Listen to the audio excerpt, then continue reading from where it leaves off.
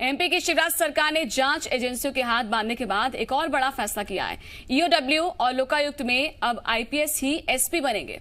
शिवराज सरकार ने इसके लिए केंद्रीय गृह मंत्रालय को कैडर रिव्यू का प्रस्ताव भेजा है। आयकर छापों के बाद काले धन के लेन देन में अधिकारियों का नाम आने के बाद सरकार ने यह फैसला किया है। सरकार ने कैडर रिव्यू में केंद्र से आईपीएस की 39 नई पोस्ट मांगी हैं। इसके साथ ही स्पेशल डीजी के भी 2 नए पद मांगे गए हैं। कयास लगाए जा रहे हैं कि जनवरी में अंतिम सप्ताह तक इसके मंजूर होने की संभावना है। ईओडब्ल्यू और लोकायुक्त में 2003 से पहले आईपीएस ही एसपी बनाए जाते थे। फिर बीजेपी सरकार आने के बाद ये व्यवस्था बदली। अब राज्य पुलिस सेवा के प्रमोटी अफसरों को भी दोनों जांच एजेंसियों में एसपी बनाकर जिलों की कमान दी जाने लगी। पिछली कमलनाथ सरकार में भी इसे बरकरार रखा गया, लेकिन आयकर छापों के बाद सामने आए सबूतों के बाद 17 साल पुरानी व्यवस्था में वापस जाने की तैयारी है। छापों में सामने आए प्रमोटी अधिकारी अरुण मिश्रा 6 से 7 साल एसपी रहे। तो कैडर रिव्यू के लिए अब केंद्र सरकार को ये पूरा मैटर भेज दिया गया है। आपको बता दें कि प्रस्ताव भेजा गया। एमपी की शिवराज सरकार ने जांच एजेंसियों के हाथ बांधने के बाद अब एक और बड़ा फैसला ले लिया है कि ईओडब्ल्यू और लोकायुक्त में अब आईपीएस ही एसपी बनेंगे। पर शिवराज सरकार ने इसके लिए केंद्रीय गृह मंत्रालय को कैडर रिव्यू का प्रस्ताव भेज दिया है और उम्मीद है कि जल्द ही इस पर कुछ रिवर्ट भी आएगा।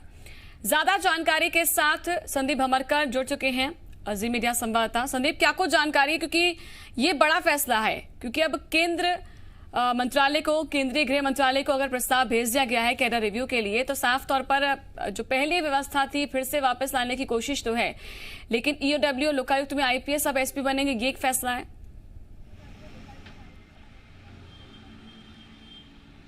बिल्कुल, और जो कैडर रिव्यू के लिए समय समय पर केंद्र सरकार को ये प्रस्ताव भेजे जाते हैं और ये लंबे अरसे बाद में ये प्रस्ताव भेजा गया है, जिसमें अब ये कहा गया है कि ईओडब्ल्यू और लोकायुक्त में किसी भी प्रमोटी ऑफिसर की बजाय राज्य प्रशासनिक सेवा के अफसर को एसपी जैसे पदों पर नहीं बैठाया जाएगा। यहाँ पर आईपीएस की ही पदस्थापना की जाएगी और इसीलिए कुछ आईपीएस के पद बढ़ाकर कैडर रिव्यू के लिए भेजे गए हैं।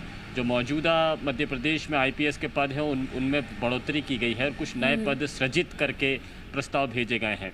और इसमें ये अहम बात है कि कुछ स्पेशल डीजी की मांग की गई है, 4 जगहों पर स्पेशल डीजी की मांग की गई है, नए एडीजीज की मांग की गई है, आईजी के नए पद मांगे गए हैं अलग अलग पुलिस डिपार्टमेंट के अलग अलग विंग्स में के लिए। तो इसी में जब एसपी के नए पद मांगे गए हैं आईपीएस के लिए, तो ये कहा गया है कि ईओडब्ल्यू और लोकायुक्त में अब एसपी रहेंगे, आईपीएस रहेंगे। यहाँ पर राज्य प्रशासनिक सेवा के किसी ऑफिसर को एसपी बनाकर पदस्थ नहीं किया जाएगा। आमतौर पर जो सीनियर राज्य पुलिस सेवा के ऑफिसर होते हैं उनको एसपी बनाकर ज़िलों में पदस्थापना दी जाती है या फिर अलग अलग मुख्यालयों पर, चाहे ईओडब्ल्यू हो, लोकायुक्त हो या फिर दूसरी जगहों पर।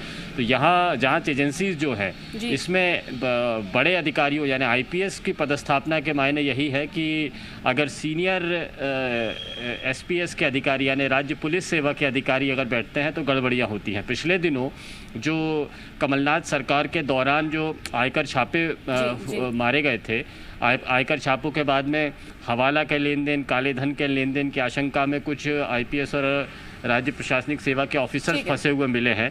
यहाँ ईओडब्ल्यू में तत्कालीन पदस्थ रहे एसपी अरुण मिश्रा का नाम भी इसमें शामिल है। उस मामले में जांच चल रही है और ऐसे में ये जो कैडर रिव्यू में नए पदों का सृजन करना है, नए पद बनाकर देना है, जिसमें ईओडब्ल्यू और लोकायुक्त में अब एसपी जो रहेंगे वो आईपीएस ही रहेंगे, इस तरह का प्रस्ताव बनाकर भेजा जाना, ये एक बड़ा फैसला सरकार का कहा जा सकता है। यहाँ पर जानकारी देने के लिए